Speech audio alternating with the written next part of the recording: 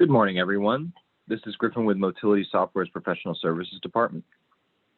Today's webinar session will begin with a general CRM training, just similar to last week's 10 a.m. Eastern session.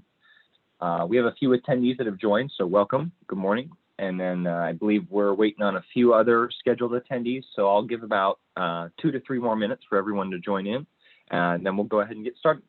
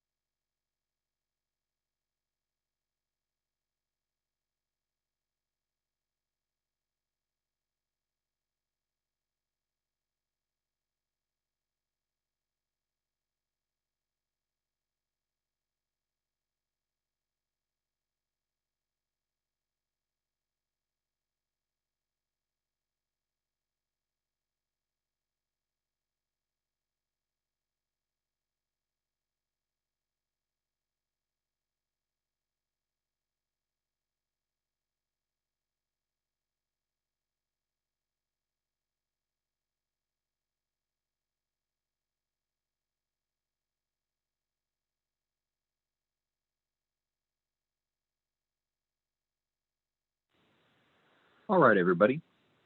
Again, good morning. This is Griffin Greer with Motility Software's Professional Services Department. We're giving a few minutes here for any stragglers to get in. So I think if anyone else joins, they'll be able to review our recording. And as always, these will be posted on our website after a little bit. But again, these sessions are recurring. So if you're unable to attend this week's, or perhaps you have to drop out early, these will be resuming each week at the same time frame. So next Monday at 10 a.m. Eastern, we will also have a CRM session, as well as the afternoon sessions today, which will both be unit inventory and deal desking. The deal desking session will be at 1 p.m. Eastern, and the unit inventory session will be at 3 p.m. Eastern. So we hope to see you there. But with that all being said, let's go ahead and get started. Today we're going to be reviewing the CRM session.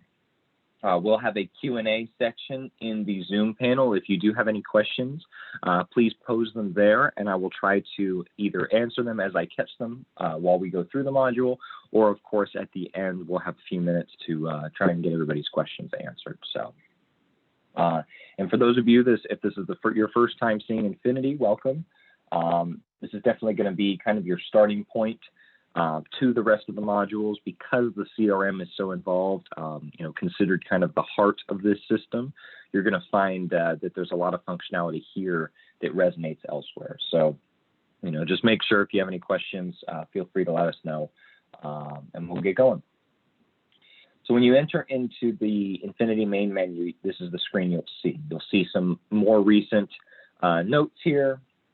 On our Infinity newest update. So any new items that have come out, new features, new changes in functionality, you'll find those here in this knowledge base section. You also have some functionality tied in here, so make sure you read over these, sometimes emailing our tech support, unlocking documents. We'll go through these items in some of the additional sessions, but just good to know to catch up and be familiar with what's here. For those of you with a multi-location setup, if you're set up with more than one rooftops, you may see the modules more than once here. So you're seeing each location: rooftop A, rooftop B, rooftop C. But for the CRM and what we're talking about today, this module can really be used at any of the locations, and all of your customers can be shared. So if I have an entity keyed in database, Profit Center A or rooftop A, we'll be able to search those up in B and C and vice versa. So whichever CRM you're opening isn't too critical here, because you can search among the rooftops.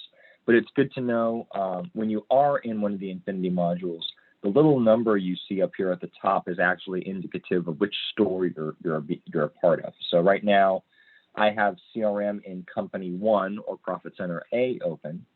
And what that means is if I went in here to go ahead and create a new contact, the system's assuming I'm creating it for location 1.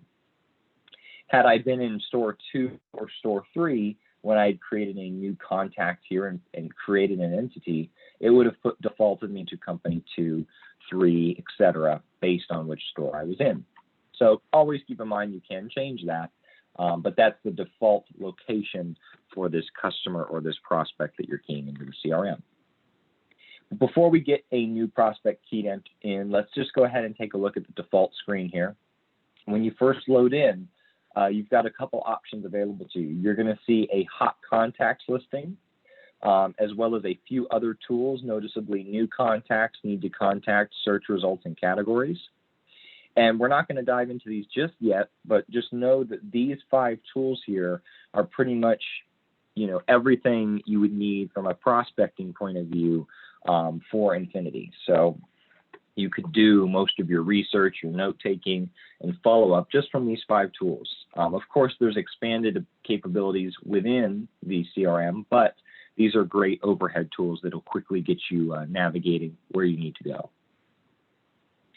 You have an email client here that's going to be connected to your current email. So whether you're using Gmail or Outlook or one other mail host, we'll be able to set up your email settings so that your inbox can parse into the Infinity program, and you can see these messages and respond to them directly within. The benefits of utilizing this mail client is when I send notes to an entity, let's say Mary Gray here, when I go to her entity record, every single one of those emails will be logged, and there's more visibility to them. My salesperson emailing back and forth with this prospect, I may not have access to their direct email, but what I can see is the entity notes and the messages that have logged on that entity profile. So keep in mind that visibility can be huge for, following up and making sure that this lead is getting the attention they need as a prospect of yours. A couple other items here in the calendar. This is a basic email client. We won't go too in depth, but pretty straightforward. You can right click to add new folders to organize your mail. And you also have some additional tools down here. We have calendars set up where you can create your own custom, calendar specific to you. And this could be for tracking your PTO or maybe your personal appointments. And then we can also set up public calendars so that everyone can share and see that calendar. So maybe we have a time off calendar that every salesperson utilizes and populates. You can add these calendars by right-clicking and hitting Add New Calendar. And then, of course, you have week and month views to view your appointments. So, again, this could be for appointments, maybe for customers arriving to look at a certain unit. Keep in mind that we do have a separate delivery calendar, and that will be reviewed in the deal desking section later today. We also have some advisor and dispatching calendars for service. So primarily the calendars you're seeing in front of you here are specifically for salesperson-oriented traffic. So prospecting, internal notes, time off notes, you name it, you can set up a calendar here. So we've got some of the base functionality tied in. A little bit else here, especially for your messaging, we want to talk about, you can set up your email options. So for those of you who have a signature or some primary email constraints like quick text notes, you can click on this email options in the edit email options window. And then you'll have the options to modify how your inbox operates. Some of these one-click button settings, so when you make a note in the system, you have some quick text available to you. And then, of course, any message signatures. Any public templates you want to create, either public or private, whether you want the team to use it or this is just a message that you use, so you can always utilize these templates if they're made available to you. So I don't have any in here to show, but we could create a birthday template here by hitting Add New, and then create a welcome or birthday message that we can send out each time we have a prospect whose birthday is this month. So again, those quick templates can be emails you don't want to have to format every single time. Just create it in there one time and you'll be able to send that out. All right, from here, we've talked a little bit about some base functionality, but let's go ahead and create a new contact to see what that looks like. Now, entities can be created in the system in a number of ways. They can be created by hand by clicking Add New Contact, or the system can generate leads for you. And this is based off a lead generating source like a contact form on your website, that a customer would plug in their first name, last name, contact information, and submit that. Well, that information is going to flow and hit an email address, probably leads@yourdealership.com or maybe sales@yourdealership.com. Well, if we set up that email in this system as a CRM entity, right, our sales manager, or we create a separate login, well, that email inbox will then parse into the system just like the one you're seeing in front of you. And of course, now that the email inbox is here, our CRM can read and create those entities automatically. So as a salesperson, I could have leads auto-generating to me from our website. They could be getting supplied to me from our sales manager through a lead rotation, or I could simply be adding them in by hand. So we're going to go ahead and add one by hand, but just keep in mind, you will have that functionality where leads can be auto-assigned to you from elsewhere, and I will show you how to track those. But to start, when you create a new entity, the system assigns an entity number. Now, this is a unique reference number for finding this customer in your system. Now, a random string of numbers isn't too easy to track, but for prospecting in the number, you could have thousands of entities get keyed in on the sales side. It may not be advantageous to, change the entity number. But let's say you're entering in a bank into the system, or a supplier, or maybe a vendor that your parts team is going to use. This entity number field is alphanumeric. So if we're working with NTP, we could create a NTP entity number for that contact. If not, you could just leave the auto number as it is, but just keep in mind that number can change at any point in time if you so choose to change it. I'm going to go ahead and put a contact in here. I'm going to put in my own information, Griffin Greer. And as you'll see, the system is running a duplication check. It is matching my first name and last name, finding that available info. It can also match off of fields like the address, the phone number, the email address, because we want to make sure that as this contact gets keyed in, it is truly unique. So maybe I'll start typing in an address. It doesn't match any of the previous criteria. And then you'll see that I don't have any duplication records. So because my address here was unique, it is not matching this Griffin Greer entity with one of the existing duplicates. So that's good. We would continue forward with our contact info.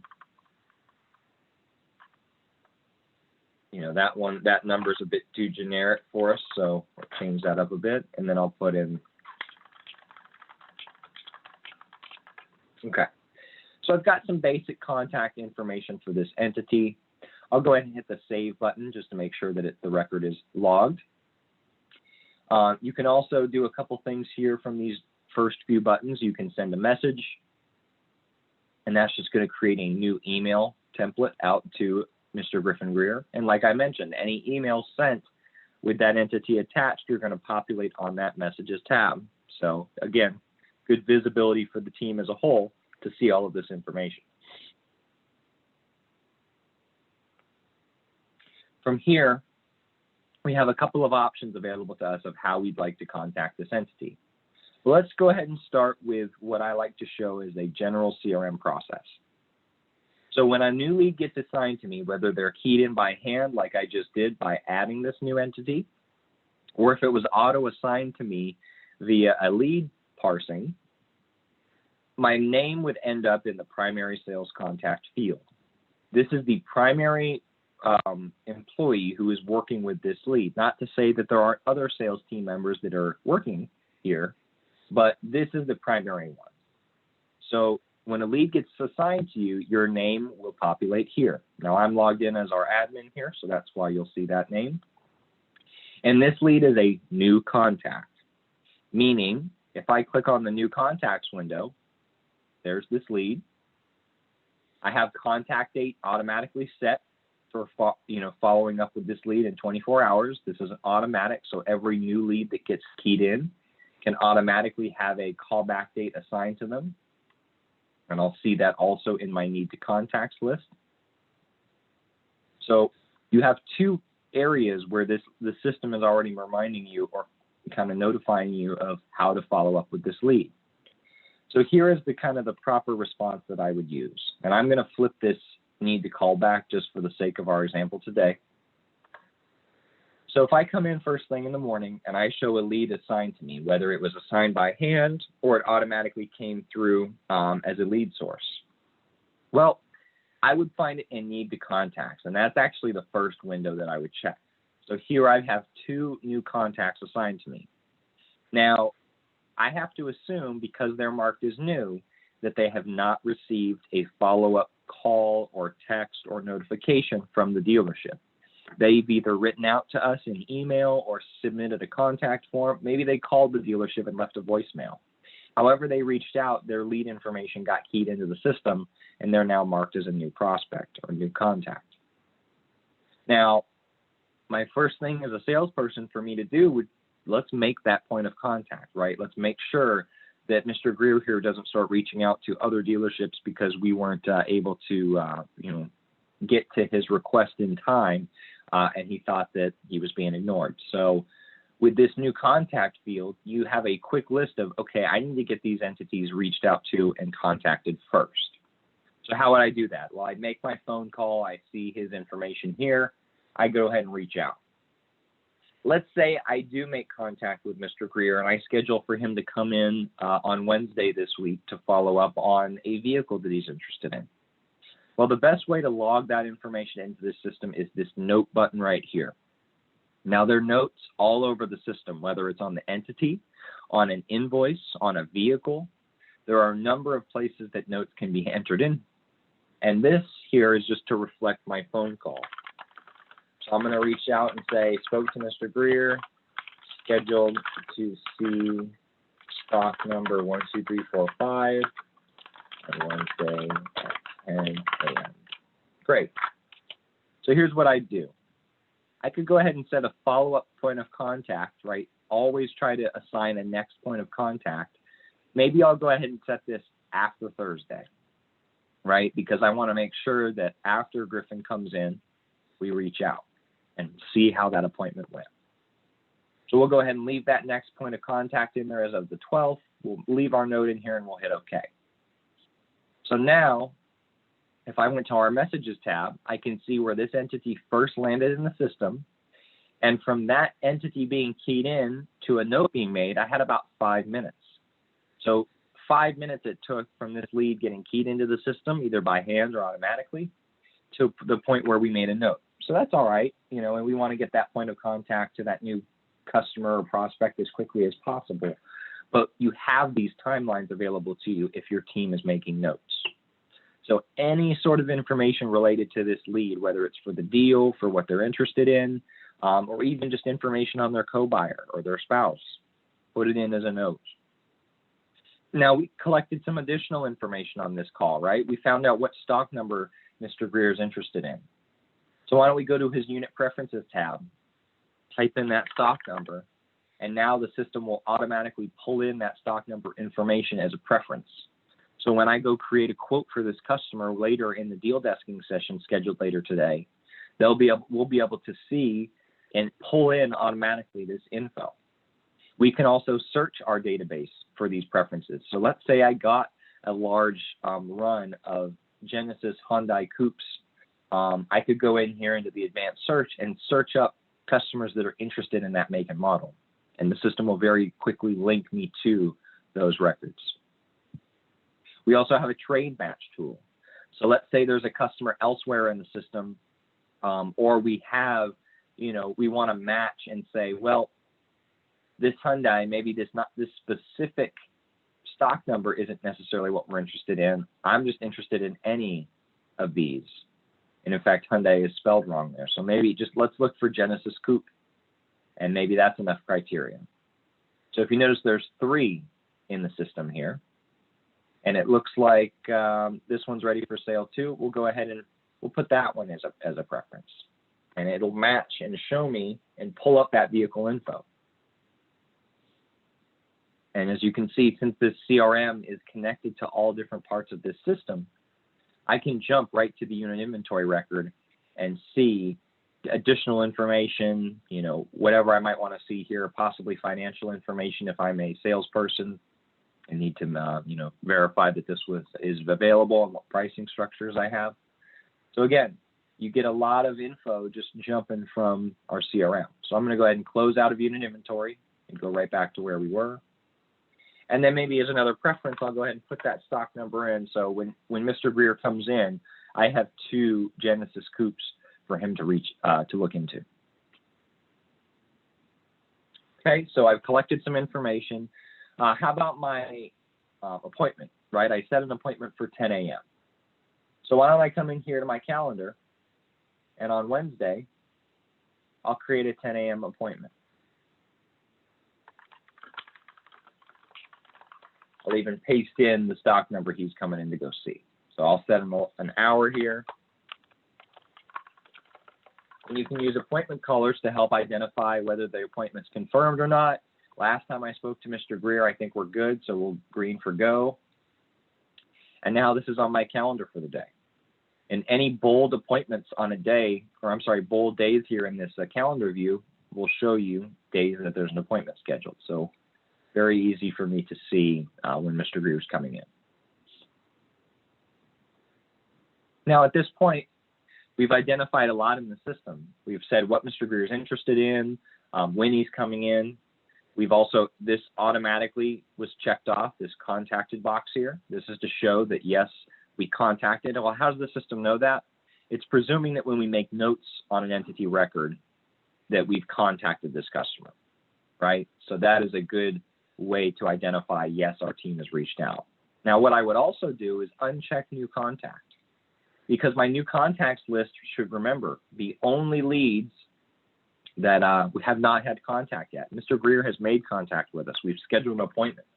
So he's good up until Wednesday when he's going to come in. So why don't we move his entity status to something like open, And these entity statuses are completely customizable by your dealership, so you can relabel, recolor, maybe shrink this list down. You don't want too many statuses to where it's overwhelming, but you want enough to make sure you follow the sales pipeline process appropriately. So I'll mark it as a new lead or an open lead. It is no longer a new contact. And as I refresh my new contacts list by clicking the header here, you can see they drop off. And I would continue this process with Rainbow Design and do the same. I'll reach out to Thomas Smith here at their phone number. Maybe I was unable to make contact with them, so I will use my quick call button. It says called for customer left voicemail. So I'll go ahead and set a follow-up contact date for tomorrow and hit OK. Now, I haven't actually made contact with Rainbow Design, the company. I left a voicemail, but we didn't actually connect. So I'm going to leave them as a new contact, since really we haven't made that first point in meet and greet. So leaving them in here makes it immediately identifiable, if that's my process. When I come in is to clear my new contacts before I move on elsewhere to my need to contacts. And I think that's the best way of operating, utilizing these tools here, is just to follow, make sure these new leads get contact immediately. Then I'll follow up with my scheduled appointments for the day. Because at the end of the day, as a sales manager, as a team member, you can run a report on all the new contacts in the system. And if I have a new contact here, it'll pop up on that report, and it will be immediately identifiable that lead did not get contact, even though they've been keyed in the system for however long. So let's move back to the leads that we were working on before, Mr. Greer there. I'm going to scroll down my list. As you can see, I haven't been a very good salesperson. I have a lot of leads in here, some of them very old. You don't want your need to contacts list to get this long because it's kind of difficult to manage, right? So you can highlight all of these if you ever get to a place where you need to restart it, and you can set the callback dates for empty. So that clears out my list. So now I've blown out any old scheduled contact dates I have set, and maybe we want to do a new one. So why don't we go find our Mr. Greer customer. So I'll search by last name, or let's see, there we go. Remember, we have duplicates in the system. However, we have a filter that can help us. Well, I know the Griffin that I was just working with was on 1243 First Street. And as you type into this filter up at the top, that's what this kind of beige filter bar is.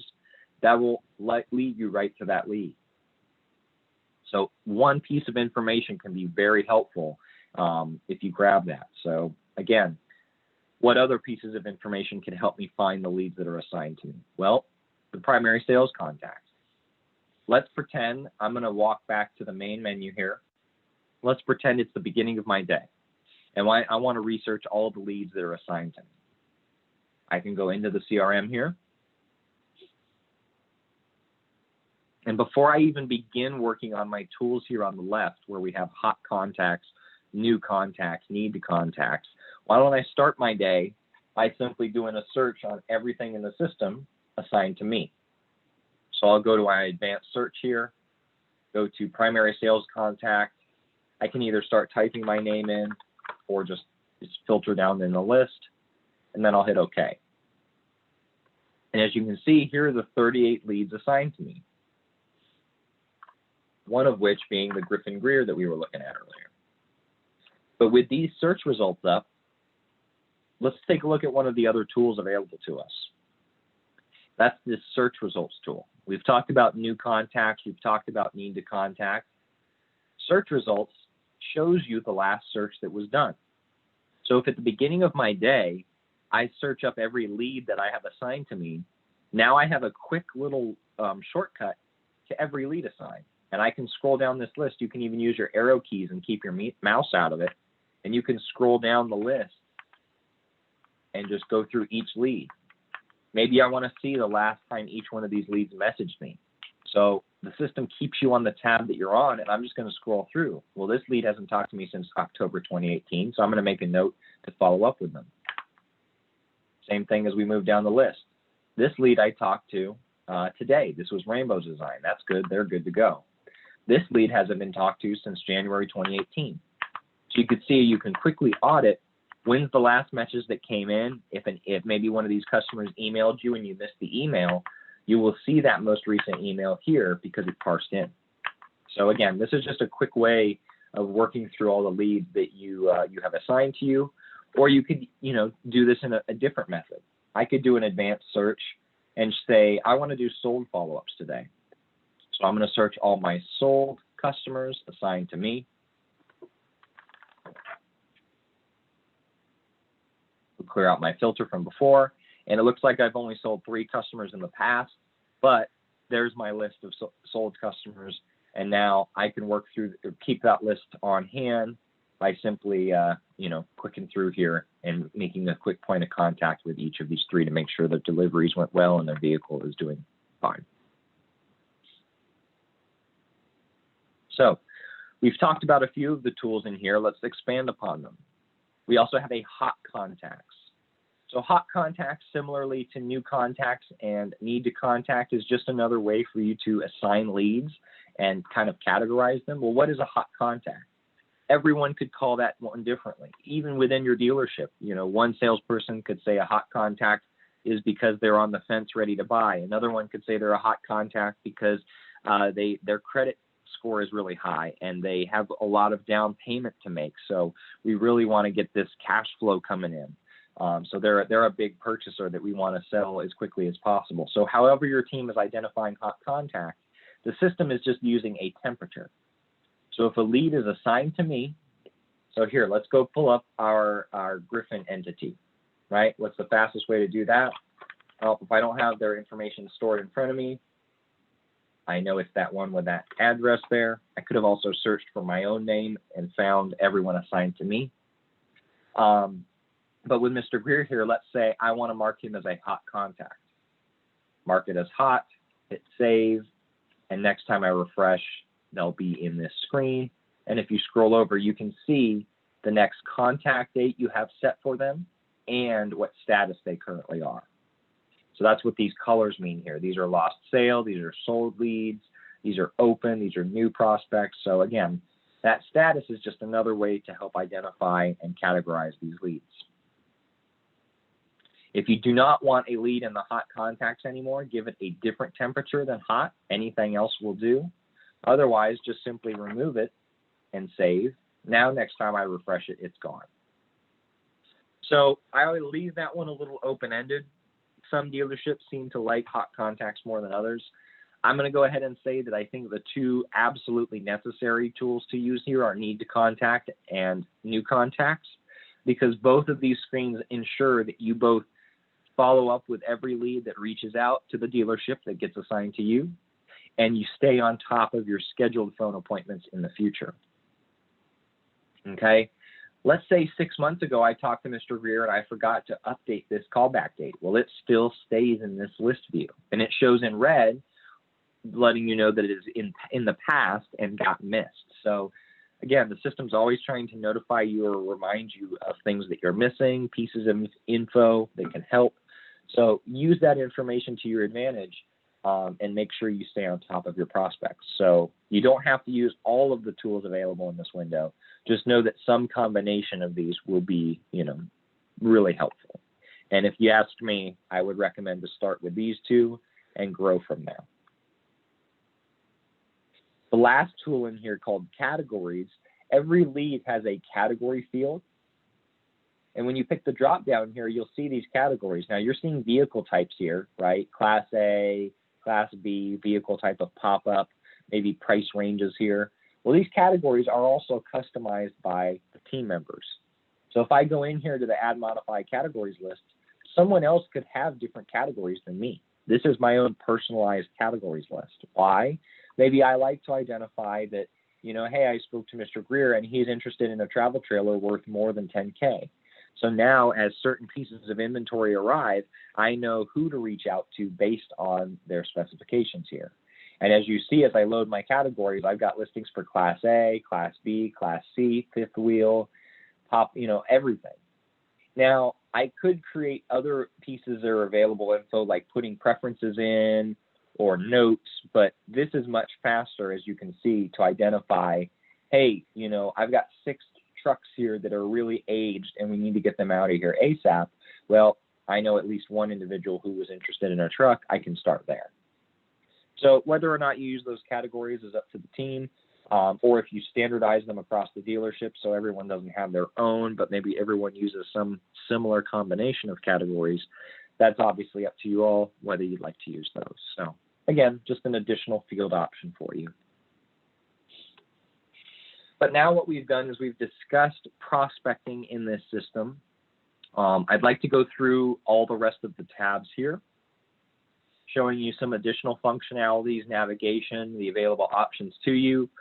There's a lot of info in here. I don't expect you all to be experts by seeing this module once, but having seen where everything is and having a general idea of how it operates, you should feel fairly comfortable once you do get access to it and can play around.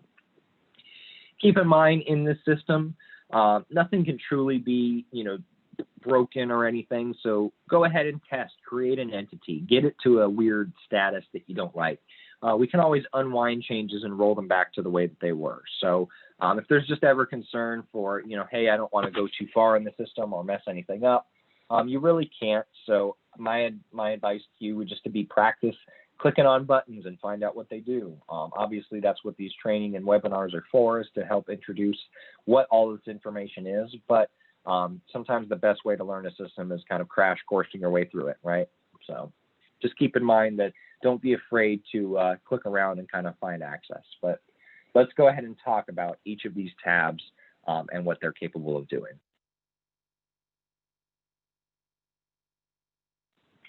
So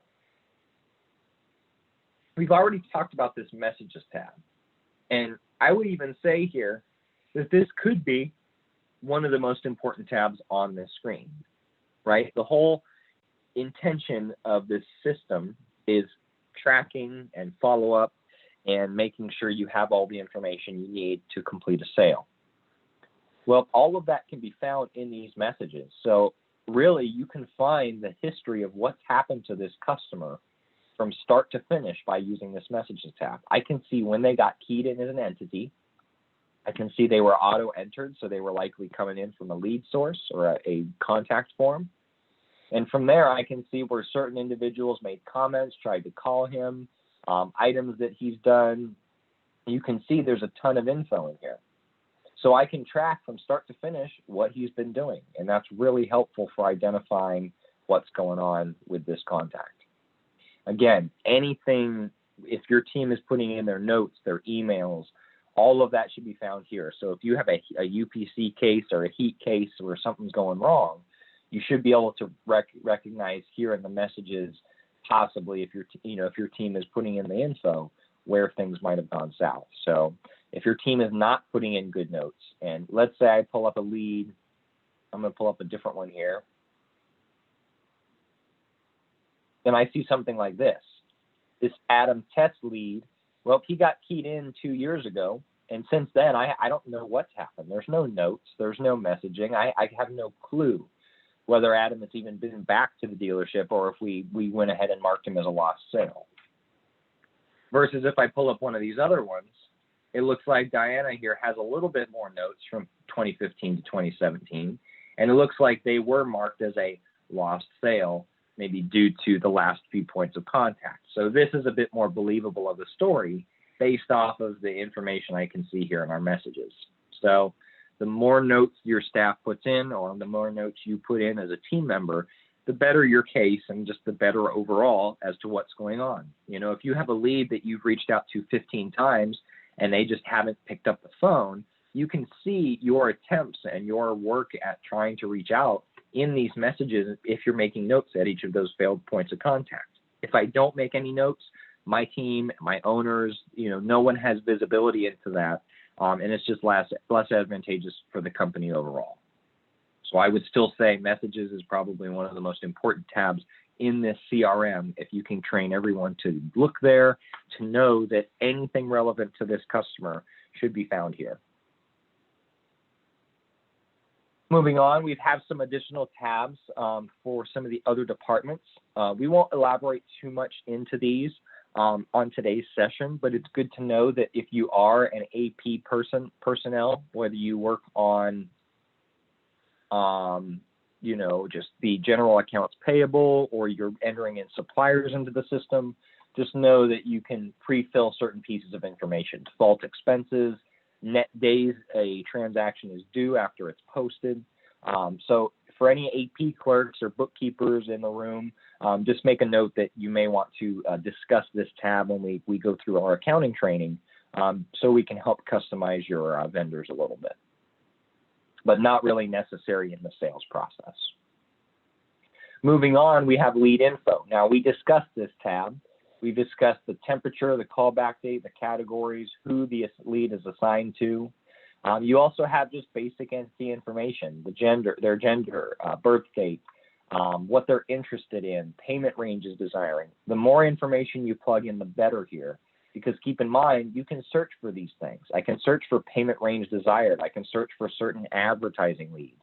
I can search for just temperature of the lead. So a lot of this information can help you in your prospecting if you just complete it or fill it out.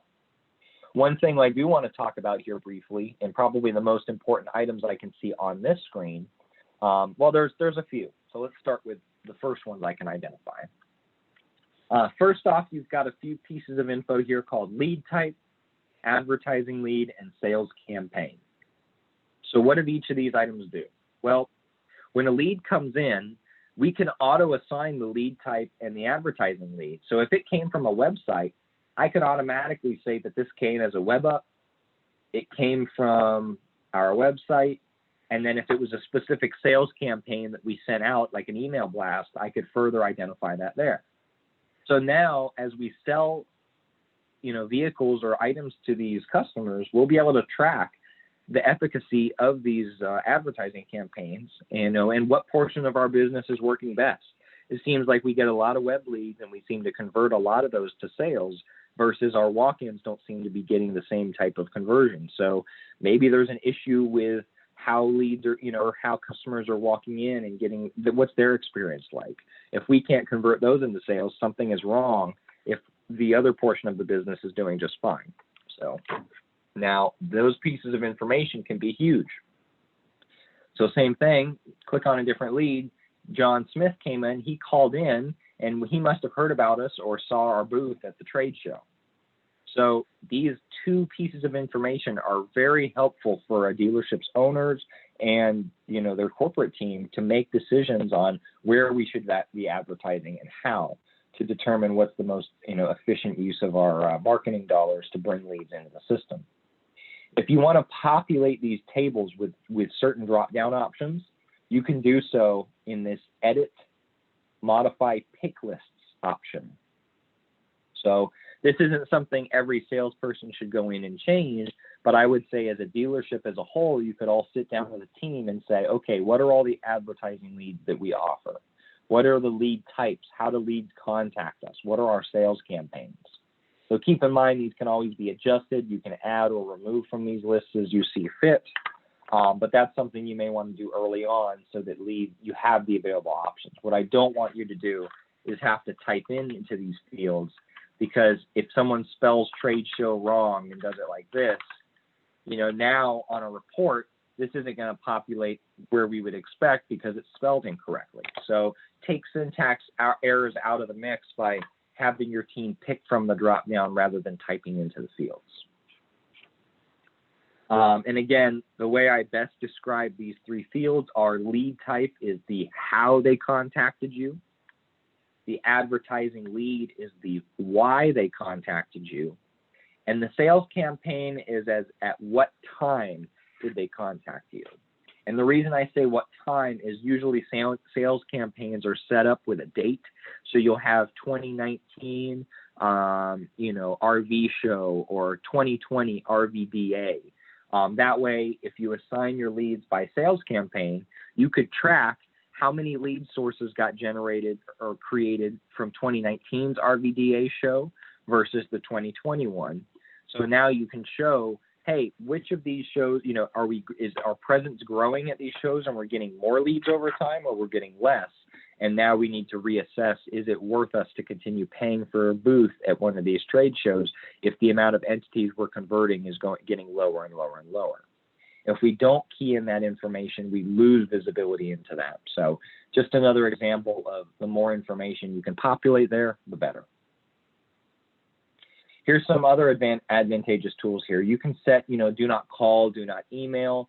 What that does is, while it doesn't stop you from doing anything, it does read out that field, letting you know that, hey, we really shouldn't be calling this customer. They're not interested in receiving phone calls or mail. So just kind of internal ways of notifying your team, hey, this guy really doesn't want to be reached out to in this form. So the rest of this also kind of helpful. We used to have a driver's license scanner you could purchase. I know there's still some of them floating out there around, but as we move to the web, this process may change in terms of getting that scanned in. So kind of keep your eyes out open for that. Here's another tool that's advantageous to us. There's a report in the system that tracks these 3 checkboxes that I'm kind of highlighting my mouse over. And what do those actually do? Well, there are 3 checkboxes for you to tell the system something happened. And the way I like to best describe this process is this.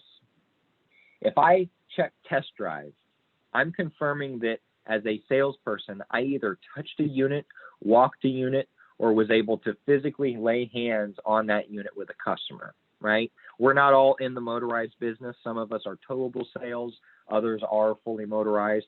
So we might not always test drive our units, but we sure might, go touch them on the lot, walk a customer through it, pull the slide outs out, have them check everything. So marking this test drive as yes or no and clicking yes, I've identified that I actually did show the customer the vehicle they were interested in or a vehicle that they're interested in. Step 2 is, did it get a write-up? Did we actually quote this customer? Did we go back, pull up a quote sheet, talk about some additional options, some of maybe a little bit of financing before we try to get a buyer's order signed and get my customer over to finance? Right? So that's the purpose of the write-up. Did they get a quote? Then from that quote, did that quote get turned over into a deal? So now with these 3 checkboxes, I've kind of outlined our sales process. From a salesperson linking a customer up with a unit that they may or may not be interested in purchasing, getting a customer that quote on that unit, and then potentially converting that quote into a deal and solidifying this delivery through a write-up or getting it turned over to a manager. These 3 checkboxes, there is a report that will show you what leads this happened with or how far. So if I have a sales guy who has 50 leads in the system who got test drives or they laid hands on a unit, they got a quote created and turned over, but it never got converted to a deal, well, maybe the sales guy is not the problem here.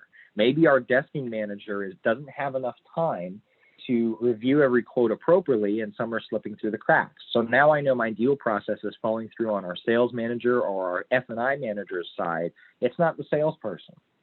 Versus I have a sales guy who doesn't touch any of the units before getting a quote. They put a quote out there and those get turned into deals, but then we find that this sales guy's deals still fall through. Well, maybe because they're not touching the unit ahead of time and getting the customer's experience, interacting, maybe that customer is less tied to that decision and able to more freely walk on a deal as opposed to if they had actually touched the unit. So again, that's a pretty specific example, but I do like to try to show how some minimal system functionality can tie into your actual dealership processes to help track this. So if I've got a report to kind of outline that, now at the end of the month, I could see each sales guy, how many units they showed to customers, how many quotes they got written up, and how many of those quotes turned into deals. And of course, we'll see that on the financial side of things. But it's good to also see with those 3 button clicks, my sales team members can tell the system a lot. So again, I've spent a lot of our time to, on this one tab, lead info. I'd like to move a bit further, but just know that as a prospecting employee or a salesperson, this is probably your most powerful tool other than the messages tab that we just discussed. Accounts receivable info, again, this is for the accounting team and will be discussed further on the accounting sessions where we can set up custom rules for receivables. We talked about unit preferences. If a customer comes in, they can specify what units they're interested in. Then when I go create a quote or a deal for a customer, it's much easier to identify exactly what they want.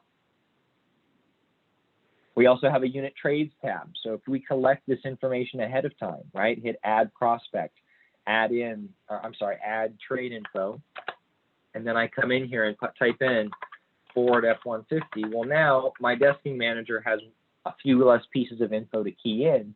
When we create a deal for this customer, it's automatically going to ask about this trade and try to apply it. And as you go down, you can see you can force in an allowance, an actual cash value, and some additional information here. And a customer can have as many trades as they want, and you can delete these trade records by highlighting them, hitting the delete key.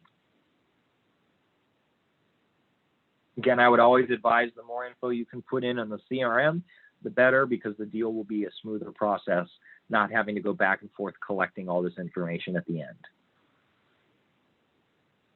Parts and service info. This is a tab specific to your parts and service team members, more for pre-filling labor, parts pricing discounts. We'll go ahead and leave that one alone for the sake of our CRM session. A customer can have multiple addresses. So if this is your main address here, but they also have a billing address, an office address, a titling address, and you want to track all of these things separately, you can key those in here. As always, you can click and drag and delete records if you don't see them or need them here anymore. So I'll delete all these extras so that we've just got John Smith's billing address here, and that's all I need.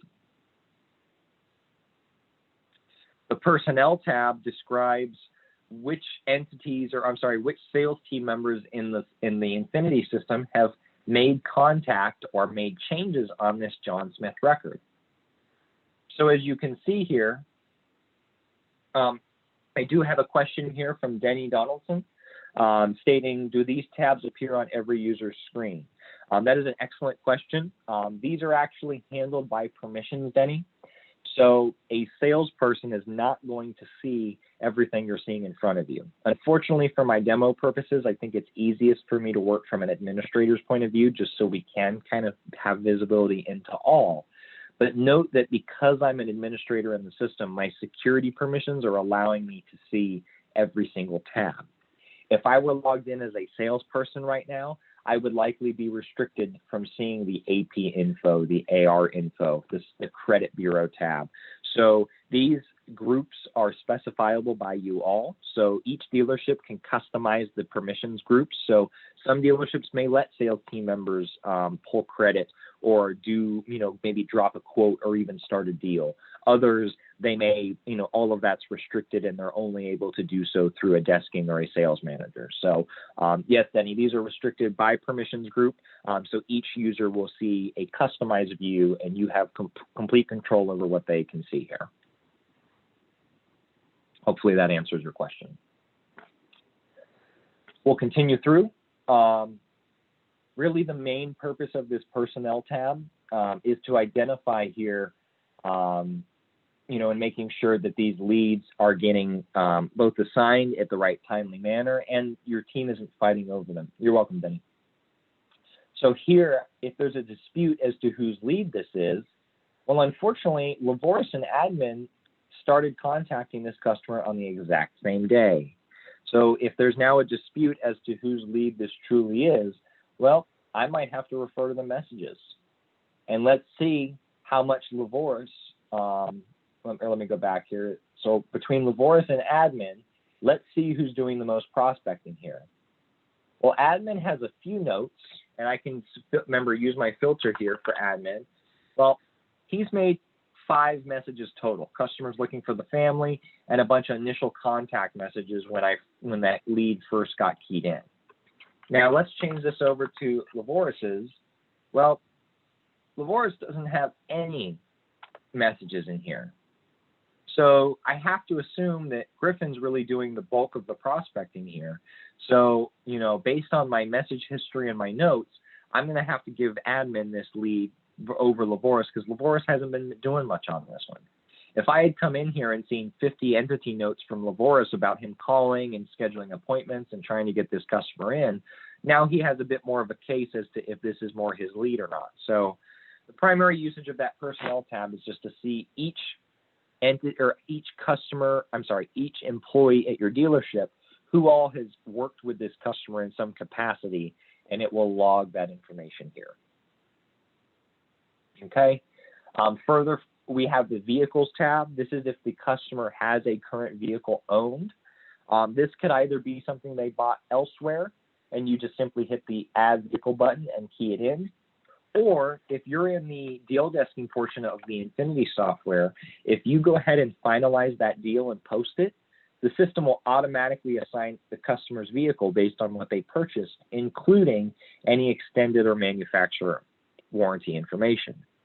So all of this can pre-populate as the deal's finalizing your system. The only time that you as a salesperson would need to key in to this tab to either move it as a trade or just to track, here's what they can tow with.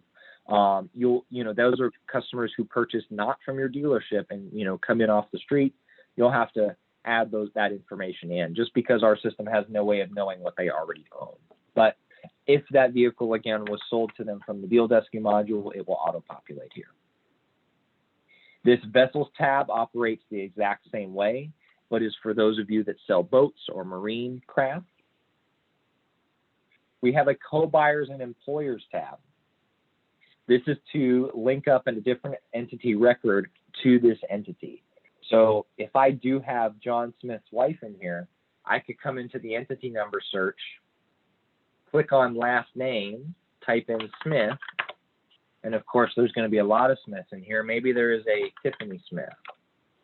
Nope. How about a Sarah Smith? There we go. So Sarah Smith is his wife. Looks like we did not key in the correct address information. That's okay, because I can copy the address from our main record here.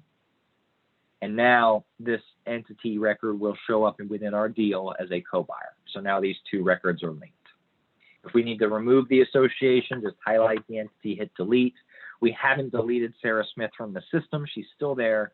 We just deleted the link between the two. Pretty straightforward.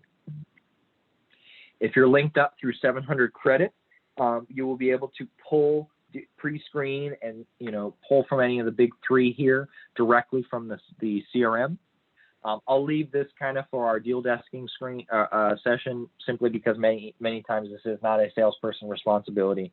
But just know that that whole interface links to this one tab. So if you are linked with 700 credit, you'll be able to work with this functionality here, and you'll keep a historical record on those polls.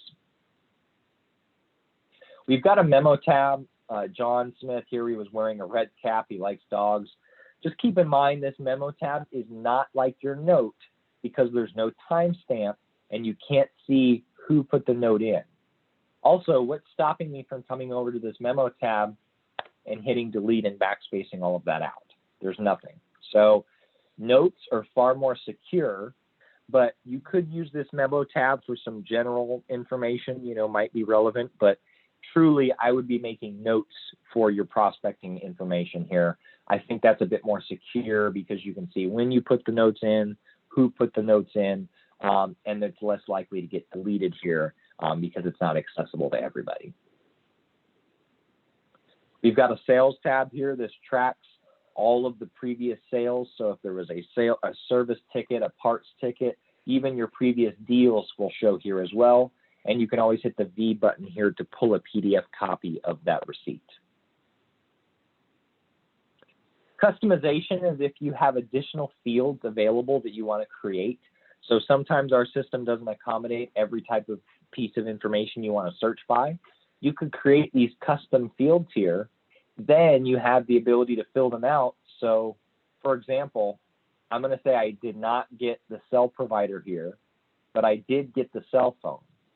So what does that mean? Well, if I do an advanced search and I want to find, maybe I want to send out a campaign and call all my customers and say, hey, we're now offering text directly to you rather than calling, I need to get that information. So I want to find all the prospects with cell information in the system, but we don't have their cell provider. For us to be able to text them, we need that cell provider information.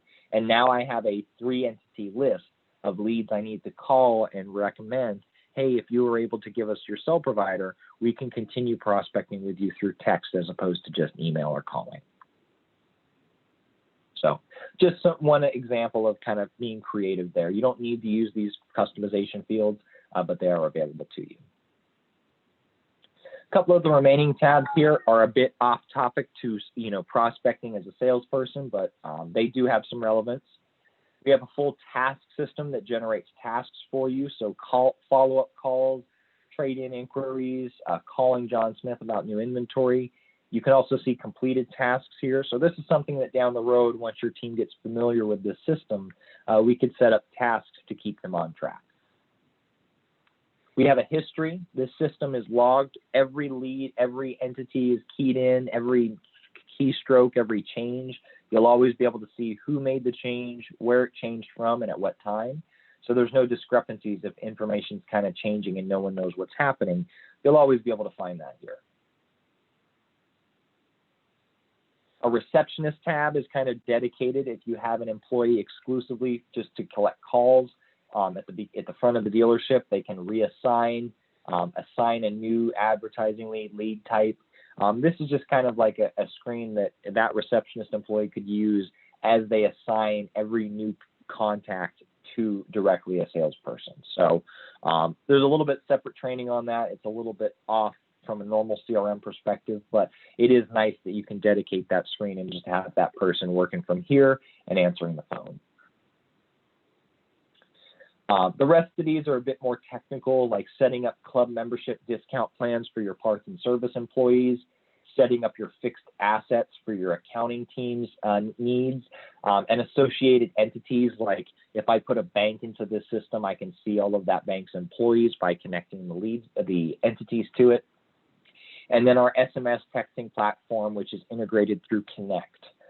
For those of you who use Connect or are familiar with that, you can definitely reach out to our sales team for more information on that integration so that you can bring all of that Connect messaging back into our CRM. I know we've seen a lot of information today. As you can tell, there's a lot of info in this CRM. But as Denny mentioned earlier about the tabs, you can start thinking about what access you want your sales team members to have. How much of this should they be seeing? Let's really streamline their screens so when they come in, they only see messages as lead info, the preferences and trades, and then maybe the customer's current vehicles. Everything else is kind of superfluous to them, or maybe more of sales management's functionality or one of the other departments. So definitely digest on what you've seen today.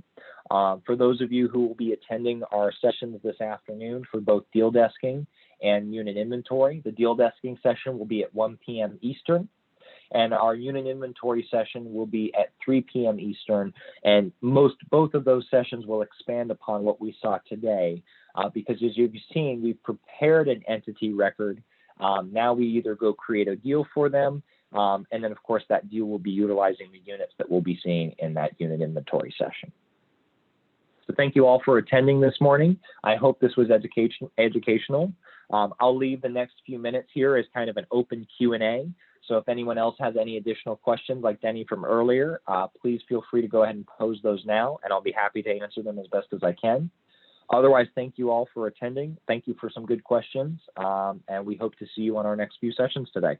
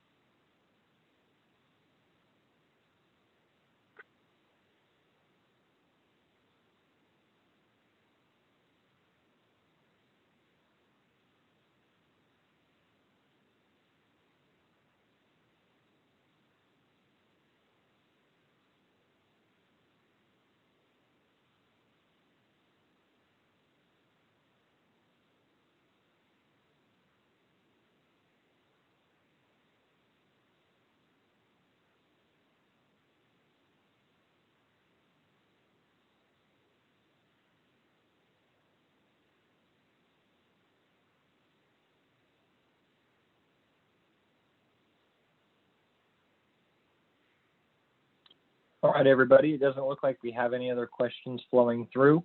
Um, Hopefully that information you can digest, and perhaps some questions will pop up in our later sessions today. So again, thank you all for attending. We hope you have a great rest of your morning, and we'll see you next time.